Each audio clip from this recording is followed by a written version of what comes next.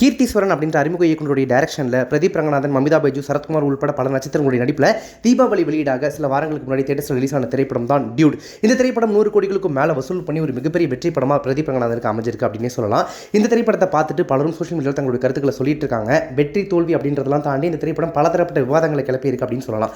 இந்த நிலையில தான் இந்த திரைப்படத்தை விடுதலை சிறுத்தைகள் கட்சியின் தலைவர் தொல் திருமாவளவன் சமீபத்தில் பார்த்து இந்த படத்தை பாராட்டி செய்தியாளர்கள் முன்னிலையில் பேசியிருக்காரு. அவர் என்ன பேசியிருக்காரு அப்படின்னா, காதலை மையமாக கொண்டு இந்த திரைப்படம் ஆணவ கொலைக்கு எதிராகவும் பேசுகிறது. காதலுக்கு சாதி, மதம், பொருளாதாரம் போன்ற எந்த வரையறையும் தேவையில்லை, இரு மனங்கள் போதும் என்ற வரையறையை முன்னிறுத்தி இந்த திரைப்படத்தை கீர்த்தீஸ்வரன் இயக்கியிருக்கிறார். தொடக்கத்திலிருந்து கடைசி வரையில் பார்வையாளர்களை ஈர்க்கும் வகையில் காட்சி அமைப்புகளால் அடுத்து என்ன என்ற எதிர்பார்ப்பை திரைப்படத்தின் ஓட்டம் உருவாக்குகிறது. இறுதியாக இது எப்படி போய் முடியும் என்கிற ஆர்வத்தை ஏற்படுத்துகிறது. நகைச்சுவை ததும்ப, அதே நேரத்தில் சமூகத்தின் மிக முக்கியமான நாள்தோறும் நாம் சந்தித்துக் கொண்டிருக்கிற மிகப்பெரிய ஒரு சிக்கலை மையமாக கொண்டு இந்த திரைப்படத்தை பிரம்மாண்டமாக கீர்த்தீஸ்வரன் இயக்கியிருக்கிறார். இந்த தலைமுறையினருக்கு இந்த திரைப்படம் பொருந்தும் வகையில் இந்த திரைப்படத்தை அவர் படைத்திருப்பது அவருடைய கலை படைப்பாற்றலை வெளிப்படுத்துகிறது. இந்த தலைமுறைகளின் உளவியலையும் அவர் நல்ல முறையில் உள்வாங்கியிருக்கிறார், அதை வெளிப்படுத்தியிருக்கிறார் என்பதற்கு இந்த திரைப்படம் ஒரு சான்றாக உள்ளது.